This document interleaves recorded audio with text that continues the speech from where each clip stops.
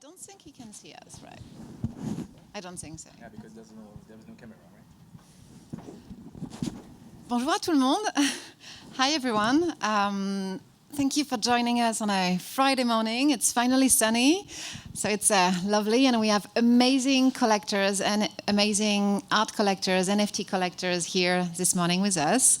I'm Diane Drubé, Head of Art and Culture at TZ Connect, which is a Tezos hub in Berlin.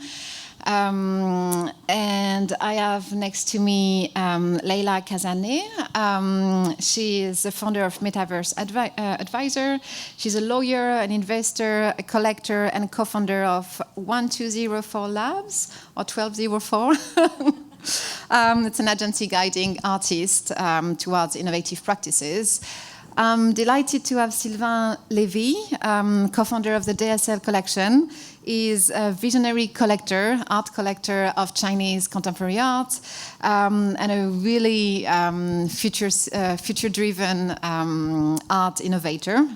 He was... I'm going to blush.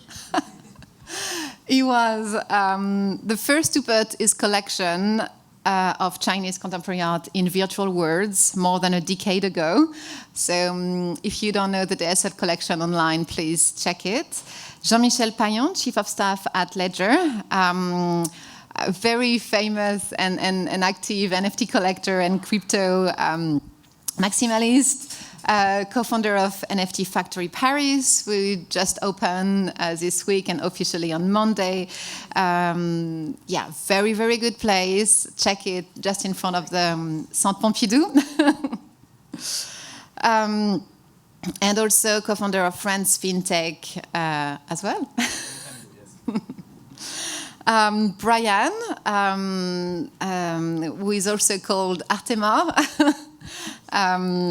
Very active as well, NFT collector, being involved in the blockchain and the art scene for the past 7 years. Is now appointed as at the new NFT specialist at Sotheby's. So we have also Adam, who is joining us online. Hi, Adam. I don't know if you can actually see us. Oui, je vous vois très bien. Ah, parfait.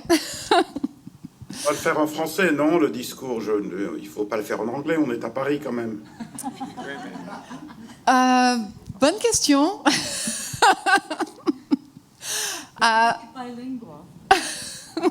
We can switch from French to English. It will be a little bit messy.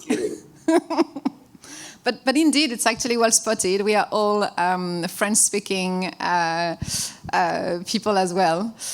But yeah. It's the decentralized world. We can each speak whatever language we want. I would love that. For YouTube, it's better than English. For what? For YouTube, it's better than English. Indeed, we have everything being live streamed on our website right now. So let's keep with English. Adam, really nice to welcome you here. Adam is also a very active collector. He operates Venus over Manhattan, a gallery dedicated to iconic historical and contemporary exhibitions. This panel of 5 collectors is really exceptional, so thank you so much for joining us.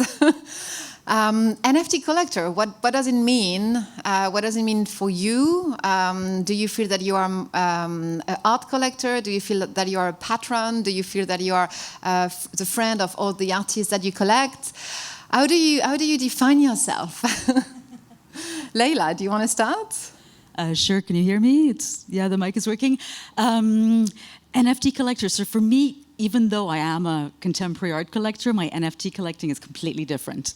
So I really came into this world from the technology point of view, even though I'm not a big tech person, but it's sort of, into that, I'm a lawyer, as you said, I've always worked in the financial markets, and in 2015, just out of curiosity, I read the Bitcoin white paper, and that just sort of blew me away. I couldn't believe that this guy, in just 5 pages, was describing a world without lawyers and without banks that could actually work. And that was sort of my awakening into the crypto world. I got into the rabbit hole that way. So first with Bitcoin, then Ethereum, the idea of programmable money, smart contracts, and then NFTs as these things that can actually transfer value on-chain without going through various intermediaries. So that sort of was my journey, and my first NFT collection started with CryptoKitties. Do you remember those? It was sort of late 2017, a collection of digital cats that you could sort of interact with, and you could connect different cats to each other and breed new cats. And anyway, so that brought me sort of to where I am now, and the art aspect of it came much later. And in 2 words, how can you define yourself as an NFT collector? Or one word. Excited about the future. Good. Adam, what about you? Well, I came at it from 2 perspectives. In 2018, I tried to create a cryptocurrency of fine art, where we would basically raise $100 million, buy a collection, and tokenize it for the benefit of all the token holders, which was very interesting. It was a great launch in Miami, and then Bitcoin went from 10,000 to 2,000, ended that story, and I came back buying CryptoPunks, and then Meebits, and then I was very interested in the Bored Apes, and I was very lucky to meet Beeple and become a fan and a friend of Beeple's, and then I coincidentally bumped into a guy called Snowfro, Eric Calderon, and I said, hey, why don't I do a show for you? He said, are you serious? No one's ever offered me a show. I was like, okay, let's do it. So we did a show of Chromie Squiggles. He's the founder of Art Blocks, and he's also one of the great unicorns in the NFT space. So lucky that that's the guy I started with. And Venus ended up minting about 350 Chromie Squiggles and basically finishing the mint of 10,000. And through Eric and Beeple and all the events that I've held, meeting the guys from Larva Labs and the people from Yuga Labs and Jean-Michel Payon, and speaking with him about, the European perspective and Ledger and all of that. I've had the pleasure of doing three or four shows of NFTs for Eric Calderon, working with Justin Aversano, the great photographer, where we created a whole mint for him called Cognition and Exhibition. And I'm coming to Miami, this Miami now on December 1st, doing another exhibition of Chromie Squiggles for the benefit of the Squiggle community. So I have a collection, and I'm very interested in getting other people to look at digital art, to collect, and to understand the whole sort of economy of the NFT world. I got my Chromie Squiggle from Venus over Manhattan, so thank you for that. Thank you. Thank you for your support. And by the way, it was a very good deal. It was a great deal, and I got a fuzzy. You're doubly lucky. And you see the floor now is almost 12, and we were selling them at 6. So, people think that NFTs have collapsed or the NFT market has gone down. Obviously, all the crypto markets are down, but some of these projects are very healthy. And those are the ones that will survive the winter, and I think will become the pillars of what's a new collecting audience and a new art collecting world on the computer. Brian, I see you nodding. Yeah, I think what he said I was absolutely agreeing with, to be honest. How have you started to collect? It's a funny thing because I always tend to define myself more as a chronic accumulator than a collector, which is that I think when you do a collection, there is a thought process of what makes it a cohesive ensemble in a collection, and honestly don't do that much. I just stumbled upon things and I like those and I just want them. And since I was a kid, I would just accumulated everything. When I was going to the sea, I would just pick up seashells on the beach and I'll just keep them in a bag. And I have over 500 seashells now at my place. And everything like that, all the invitation cartel, I've kept them. All the letter I might have the stamps. I mean, anything I can stumble upon, I just keep, and I just keep things. And what the problem with that occurs with that is at some points you run out of space, and with NFTs and digital art, there is no problem of running out of space because it's somewhere out there in the blockchain, and so that's quite practical for me, and I've kept on just accumulating stuff, but now digitally through NFT.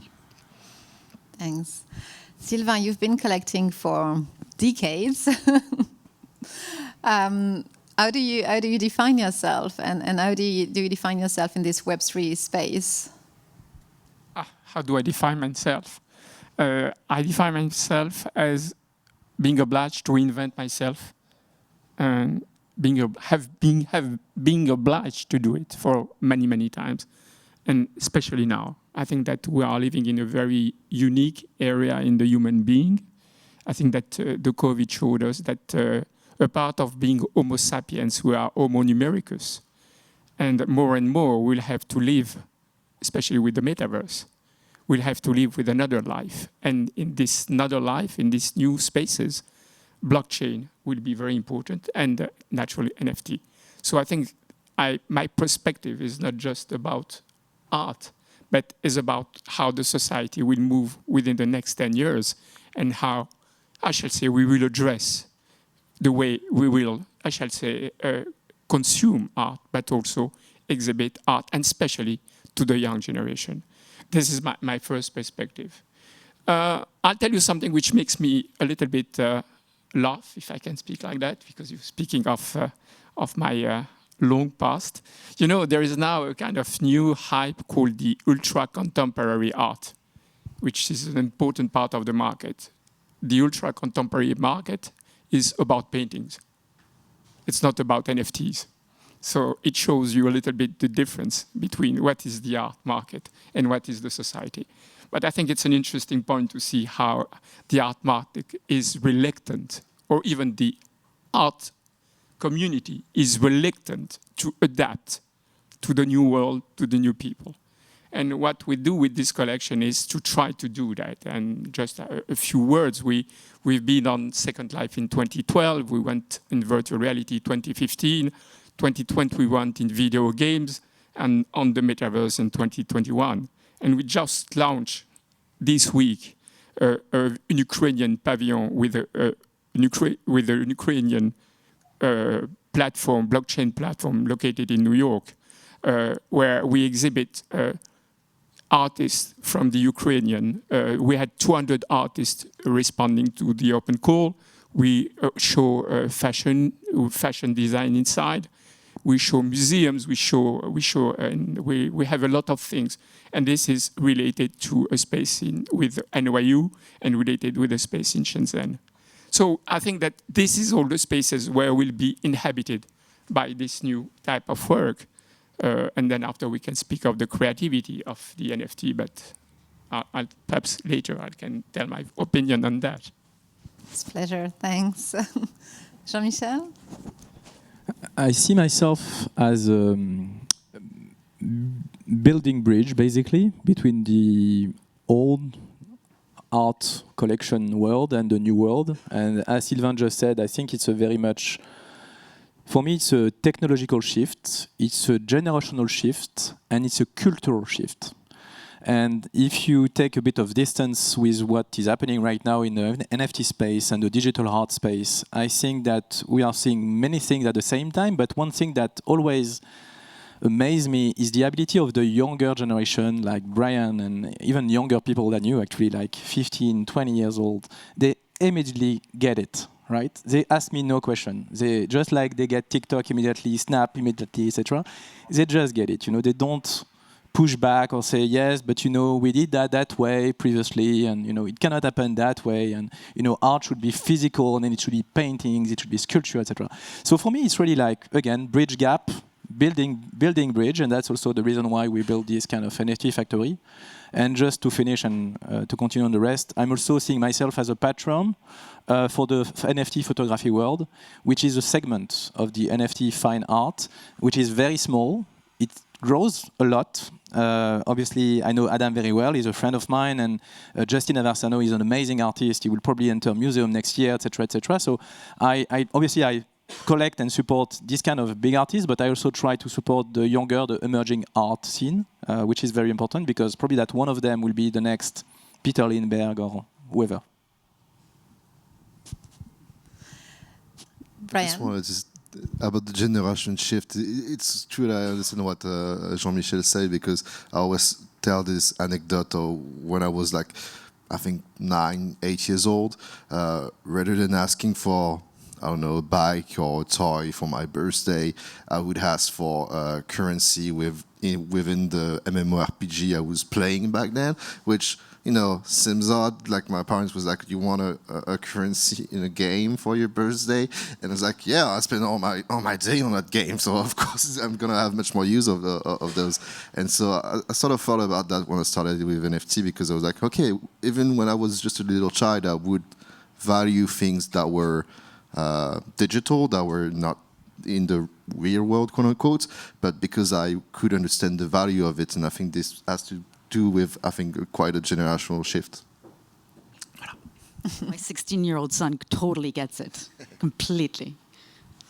I'm actually wondering, because Jean-Michel, you were talking about the medium, and Sylvain, you were saying that paintings are actually ultra contemporary art. We had this beautiful discussion just before explaining the rise of new artistic medium. What do you collect? What is actually your favorite medium? What do you look at? Do you look at aestheticism, platforms, blockchain, technology behind? Do you look at data? Or, as Brian said, he just sees it and he collects. What is your way of collecting? I think I end up, like, it's a question artists often ask, like, how do you get the attention of collectors, right? And a lot of people will tell you, oh, you have to be on Twitter 24/7, spamming all the time, which is honestly not true. I think I mostly discover artists through serendipity, in a way that I would collect one artist and then I would have the discussion with that artist about his art or just the thing he likes, his friends, and I end up discovering all the sort of social circle there is around those artists, and they would often, you know, tell me to check out some of their friends' work, etc. And I think that's really something that is unique to NFT, because I can imagine a contemporary art artist from the traditional art world orienting one of his collectors to another artist. There is often already,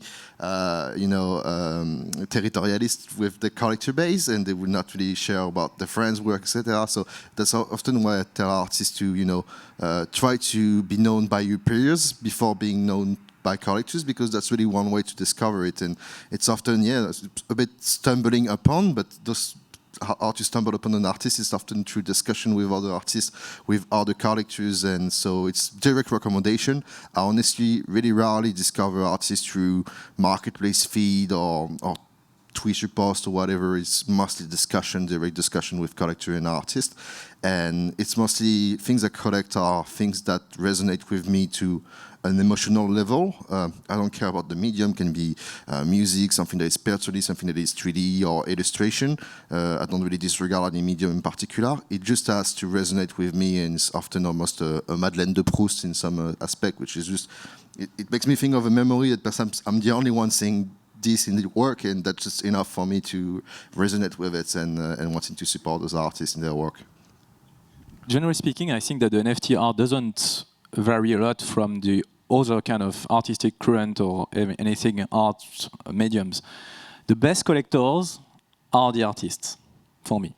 And that's basically exactly as you said. When you know a good, and again, Justin Aversano, we discussed, he was in Paris last week, and we spent a lot of time together, and obviously I'm asking him, what his next projects are, but obviously, who are you collecting right now? Who are you kind of monitoring? And guess what? He just bought one on Friday, and just the next day I bought from the same artist. So that's also Which one was it? I cannot tell because I'm building up my collection on that. But the good thing with actually, I'm saying so, but actually it's quite easy because you just have to follow me on Foundation, and you will see. You just have to find which artist is both collected by Justin Aversano and myself, and you will quickly find who it is. Sylvain? Interesting, very interesting. For me, the best collectors is like Adam. It's a person who is capable to reinvent himself, to go into 2018 into the NFT, to the blockchain. It's not a question of age. Sorry, it's not a question of age. It's a question of how you envision the things. Shushkin was able to discover the French Impressionists before the others, and it was not about NFT. So I think that it's a question of who is in front of you and how he wants to, I shall say, put himself in a kind of always curiosity. And Adam is a really great example because what he has done in 2018 was really something very unusual at this time. So for me, this is, I think, something which is important. The other thing which is important is that, you know, in art we had a lot of different types of movement. You know, and NFT perhaps is a new type of movement. We went from digital art to crypto art. And perhaps crypto art will bring new types of artists, new types of people interested by that. So I think it's part of the history of art. And the more we will have great artists, the more we will have people supporting great artists, and the more it will become something part of the history of art. It's nothing about technology. Is it relevant if it speaks to the people as an artwork and not only about technology? And I think this is the big challenge of the NFTs, is to make it digestible as art and not just as technology to the mainstream of the people, which is not the case at this moment. If I can add two things. The first is, I totally agree with you that Adam is probably the best collector I know, and I actually very often give the example of Adam exactly for the same reason, because Adam, as you know, collected Jean-Michel Basquiat, Keith Haring, Jeff Koons, etc., and he had the ability to move into the NFT space. And guess what? He's got, you know, probably two of the best artists I also collect, Snowfro and Justin Aversano. So for sure, he's one of the best, and he's actually again an example.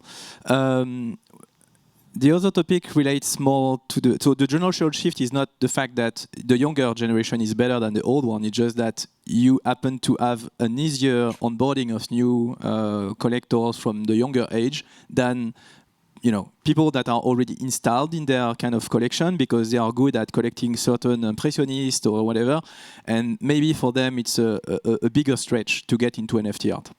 And the last bit is about the technology. You are totally right. For now, NFT art, if you put that all together, it's a very, very niche market. It's a very small, there are very few collectors, probably, I don't know, 1 million, 2 million max. If you look at all the address of NFT wallets, OpenSea, Foundation, etc., and you try to merge those 4 or 5, you get to 2 million. So that's very, very small for me. Still, I think that the technology is a medium, it's not the end, and it's a way to display, it's a way to create, and therefore I think that it's actually even more universal than any kind of art, because I don't need to be in New York to collect Eric Snowfro. I don't, as an artist, you don't need to be in London to be displayed.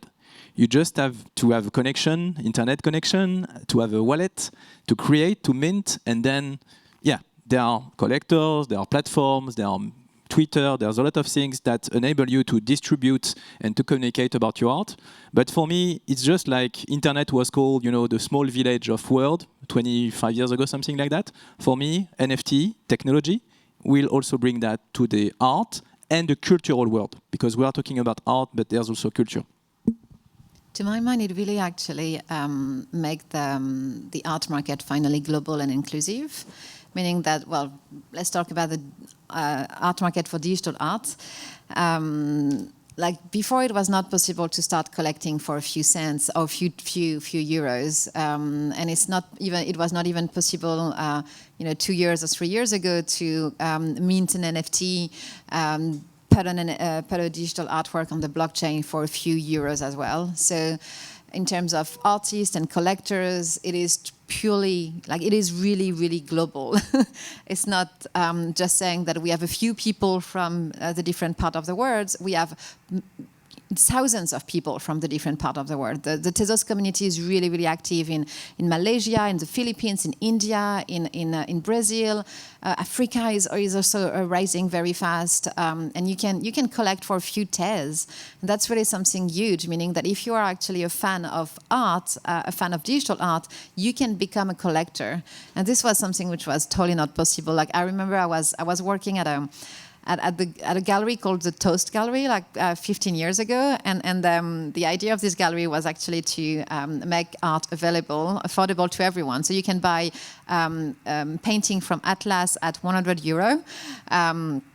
And this was really something strong, and I really believed in this vision of making art totally available, affordable for everyone.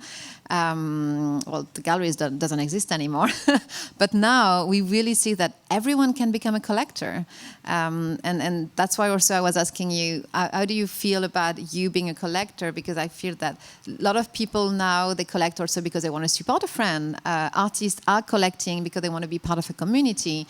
You're becoming way more than just collectors. As you said, Jean-Michel, you're also becoming a patron. So it's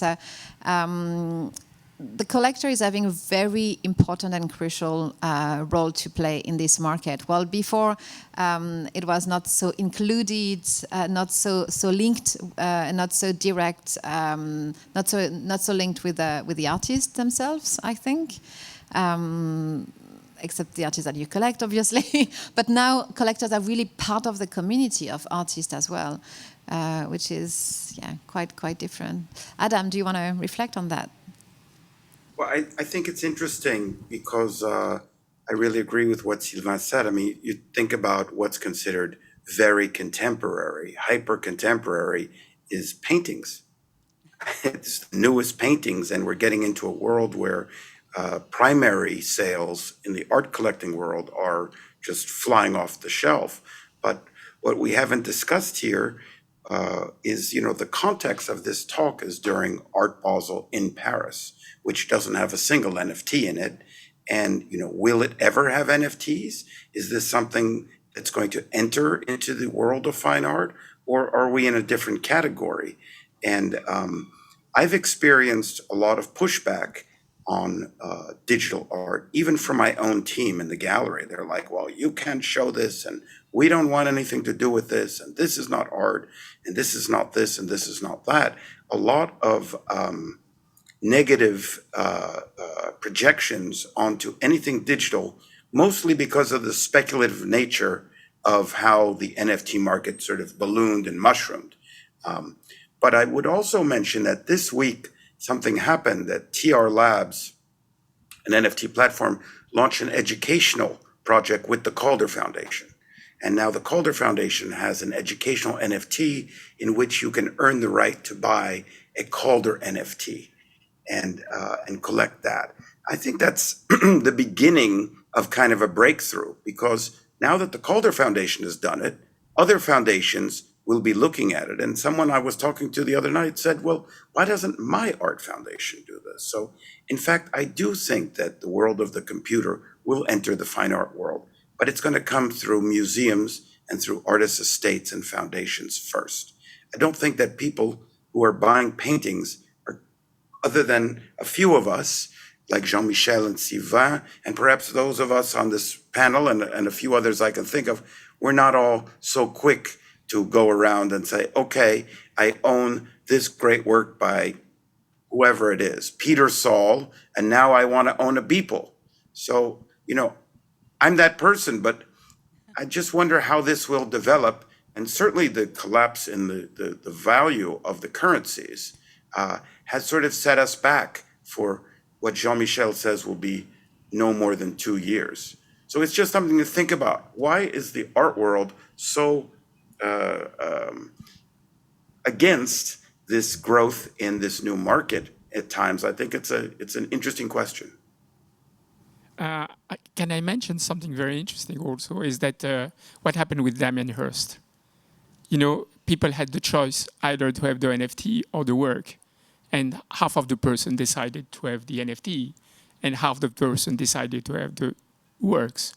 So I think this is something interesting as a way that how things are shifting. But when we speak of NFT, sorry. Est-ce que vous avez choisi? What did you decide? I don't collect Damien Hirst, unfortunately. I kept the NFT, but it was painful to see the paper being burnt. It's come to something very interesting, is that the NFT is not linked with an object, is linked with an experience. And that's something very, very new. Because when you will be on the metaverse, you will not be a collector, you will not be an audience, you will be a user. You will be a user. And what will be produced for the metaverse in digital, when we speak of digital, will be something produced especially for new types of experiences and especially for gamification. And we know the links between the metaverse and the gamification. So we'll have a new kind of artist, a new kind of audience, a new kind of way to own things, which will be very, very different. But the Damien Hirst is a good example on how we are moving slowly but surely. Not in, I shall say, in the key players in the art world, but I shall say in how the middle people are today visioning how could be the future of what is a collection and what is an artwork. Yeah, absolutely. That's the way I see that space. What did Jean-Michel do with his Damien Hirst? I didn't have one. I didn't you don't buy like it? No, I didn't have. I didn't bought one. Neither on primary nor secondary sale. And what have you done? What did you do, Adam? Well, I thought it was interesting because I have collected Damien for many years and suffered some good moments and some serious disappointments. And I thought this whole thing of the Damien Hirst currency was fascinating, even though the work itself was nothing new and nothing that interesting. So I don't know if I did the right thing. I bought two, and I burned one, and I kept one as an NFT. That's a great collector. That was the easy way to go about it. That's cheating. Yeah. I have one in my office, and I have one in my wallet, my MetaMask. Personally, it's the only NFT I ever sold because I didn't want to make that decision. I didn't know what to do, and I was really confused, and it was really a dilemma. More than a choice, it was a dilemma. And if I could have, I would have done like you, buying two, but honestly, I had one, and so a bit, lâchement, sort of decided to sell it away because it was just a decision I couldn't make myself doing it. How much? How much did you get? For selling it, you mean? Yeah, the price. I think it was 9 ETH or something like that, but it's literally paid back the entire sort of investment, quote unquote, that I did on NFT. I've sold perhaps just 2 or 3 works. It's one of the few I've sold. So it wasn't really much about the price, honestly. It was just about, you have the decision to make. What are you going to choose? And everybody was telling me, you need to have the NFT, you need to have the work. And the work is quite a small format. So I'm someone that is really rational and pragmatic. So I went on Art Price and I looked at, what are the dot painting in that size? What are they selling for? And what are the things like that? And I was like, this seems a little bit overvalued. And so all this thought process that in the end I threw out the window because I was like, I just don't want to make the decision. And it's funny because Damien Hirst, he did the first project, which honestly was a little shit. It was just a view of exhibition of what he did at the Fondation Cartier, and I was, this is not really interesting. And then he came up with that project called The Currency, and I was like, wow, he really get it now. And I thought he really makes something that could literally be defined as crypto art, or at least some sort of blockchain art, because it used the Burns mechanic that is something you wouldn't be able to do in the traditional art world. And so it was really funny to see how he managed to make this sort of thought process of understanding the culture and understanding the process quite fast, and it's just in the span of a few months. And he's one, I think, of the few traditional artists that did one of the best sort of crypto art project that is out there for sure. And what do you all think about the digital NFT, the combination of an NFT with something physical? Because like Tom Sachs made a rocket, you end up with the rocket and the NFT. or Damien Hirst made this. You can get either this NFT or you get the piece of paper that he made, or things like that. Because I spoke to Eric Calderon the other day about it, and I think it's very interesting because I'm coming from the physical collecting art world, but he thinks it's very bad. He thinks that NFTs should remain pure and should not be connected to physical objects in any way. Well, it's funny because that's how I started to get involved in blockchain. So I was really fascinated by counterfeits. And back in 2016-17, we didn't really talk much about digital art. It was all about physical art in the blockchain for traceability and authentication, provenance tracking. And we didn't talk about digital art that much. And even CryptoKitties is hardly arguably an art piece. It's more about a collectible. And so it's really interesting to see all those blockchain maximalism being, the purest form is fully digital, whereas actually the first project that was in art and blockchain, like Macenas, Codex Protocol, or those companies like Artify or Artori, were on the topic of physical object being backed on blockchain. And there's also, most of the projects now are either dead or just not really successful. Why? Because there's it's really difficult to physicalize a digital solution, and there's a lot of friction, especially how do you link physical object with an archive, not even a digital archive, just an archive. Some people use PUF, physical unclonable function, but honestly there is no standard yet, because you gotta find something that is non-invasive, because you're just not gonna whack NFC chips on any wall or key firing. You just cannot do that. Or carve some people were like, we're gonna carve stuff on the back of the painting, and people are like, no, you're just we're not gonna do that. And I totally understand. So I really think there's a potential for it. I just think that at the moment we don't have the technical capability to make it worthwhile. And I've seen with Beeple, for example, there's a lot of Beeple is often talked about as a digital artist, but when you look about it, he literally made only 2 NFTs that are fully digital. All these other NFTs are linked with a physical asset, an infinite object for a digital frame. And most of the peers now that with the NFTs and the digital frame are separated. So when you want to purchase one of those editions, you got to check with the seller if he actually has the digital display, and there is no way to be sure that when you purchase the NFT that it's going to send it to you. And if you want to get it, that means you have to give your names and address. So this raises a lot of problem about doxing, etc. So honestly, there's all those problems and friction that aren't solved at the moment.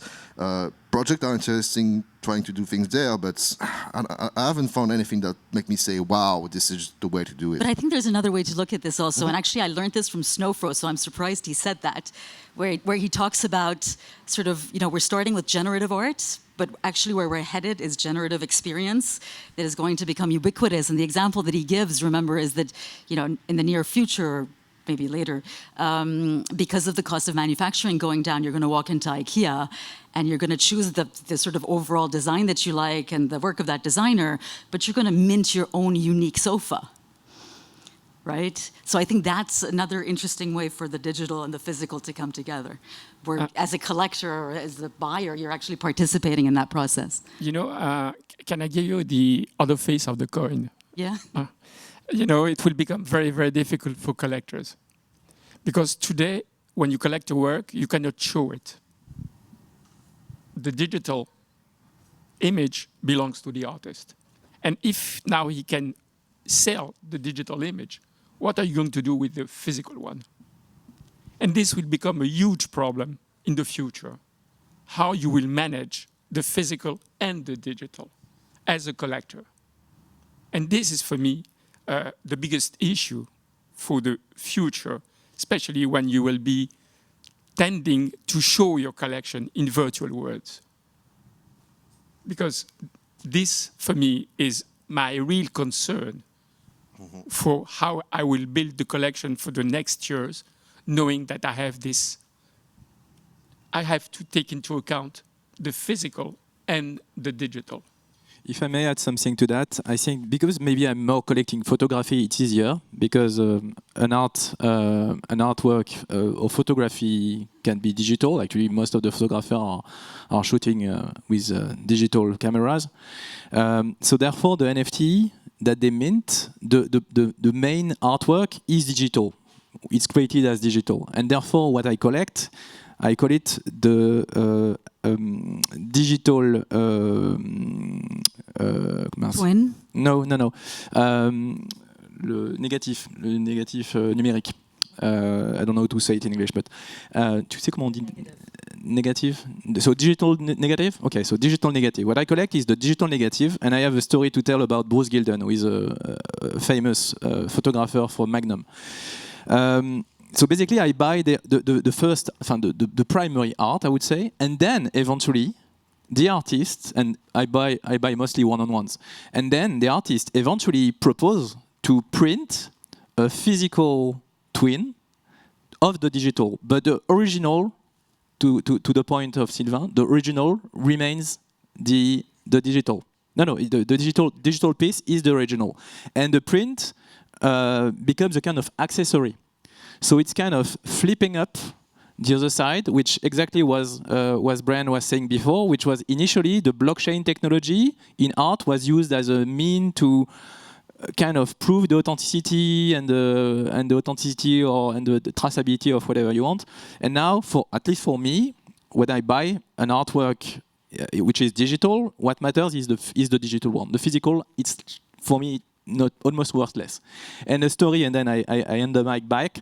So Bruce Gilden is a photographer. I bought one of his one-on-one photography. That happens. One of the print is at the MoMA. Okay. So, and Bruce was in Paris a couple of weeks ago, and we discussed about that. So we'll have an interesting discussion with the MoMA in 5 years. Who owns the original? Do I own it, or the MoMA owns it? And, well, we have an interesting discussion with Bruce, and I don't want to spoil it, but we'll have an interesting discussion with the MoMA in 5 years. I think this is maybe leading to our last question before we take questions from the audience. What do you do with your collection? So Brian, you were saying that you sold just a few. Sylvain, you are showing a collection in virtual worlds. Can you tell us more? What do you do with your collection, knowing that, exactly as you said, we are normally not allowed to actually exhibit our NFTs, except if it's actually written in the contract directly. So what do you do with your collection? Most NFT license does take into account what Sylvain was talking about, which is called, I think, reproduction rights, which happened is that I had the problem with a friend of mine who was a collector that wanted to make a book about his collection, and he realized that if he needed to illustrate that book, he would need to pay all the artists reproduction right, even though he's the owner of the artwork. He was really surprised by that. It was like, okay, I wasn't aware of it, and most of the time artists are fine when you post pictures on Instagram of your collection or views, and in the end most of the time the reproduction rights are ignored, even by artwork stakeholders. So what I like to do is actually playing around with on Cyber. I don't know if you use some of those tools, because they're, I think, easy to play with, and I do like to put some VR sort of gallery, and perhaps sometimes mix a little thread about artists I collect and why I collect them, and things like that. But most of the people from the art world are like, hey, how do you enjoy your art collection, because you cannot see it, right? And I often tell them, look at the data on your phone, and you'll realize that you spend more than 8 hours looking at your phone, and so you're most likely more looking at your phone than you're looking at the outside world.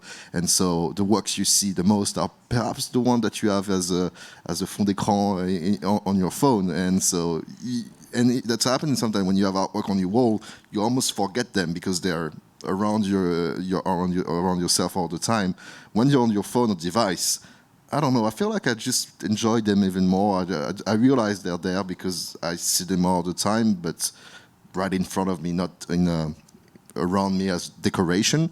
And I think that the decorative aspect not being part of NFT really is a really positive thing, because when I work in galleries, some people were like, oh, I like this piece, it will go well with my sofa. And I'm like, yeah, that's not really the way to go about it. And if there is not the decorative aspect, I think we give more importance to the conceptual aspect of the work. I don't know, that's what you do as well. Yeah, exactly. Yes, absolutely.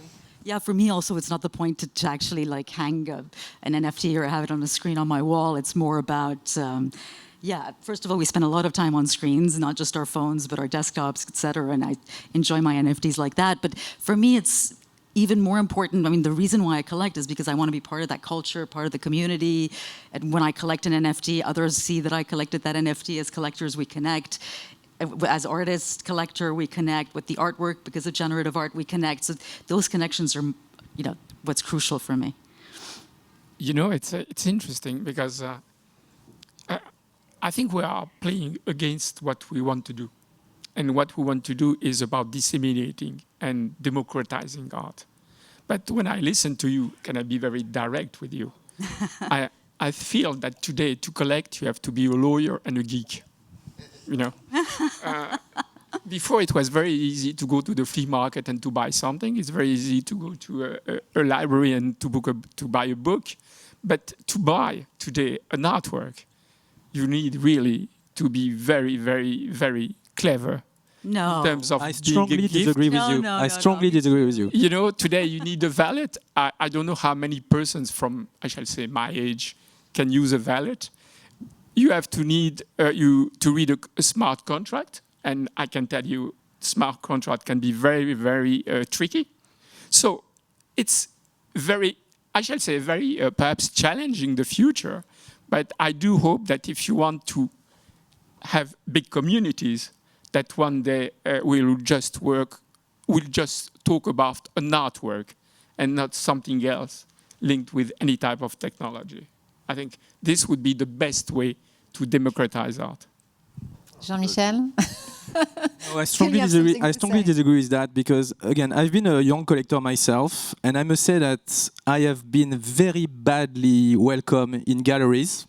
I will not quote any name, but even a year ago, I went to a very famous gallery, not very far from that, at a very famous, one of the famous gallery in Paris, doing photography, displaying JR, okay? And, okay, so you can all find who it is. And basically, I enter and I said, "Oh, I like this photo of JR. Can I buy it?" And the person said, "Maybe. Who are you?" And I said, "Google me," because I happen to be a little bit famous on Twitter. Just on Twitter, but that's okay. And I had a very, very bad experience. And with this gallery, so I said, "Well, do I buy it or not?" And I said, "I don't know. I need to ask my responsible who is in Dubai right now, an art fair, etc., etc." And it kept on for 2 weeks. And for 2 weeks, they kind of said, "Maybe you can buy, maybe you cannot buy." And at the end, eventually, they said no. And guess what? Even if they said to me yes, I would have said no. It's not democratic. So this is the kind of thing I don't like. And this is the kind of thing I face myself as a young collector. I have a lot of young people around me. And they are just like very badly welcomed by the traditional contemporary art. In crypto, NFT is totally different. You are anonymous if you want. You get docs like myself if you want.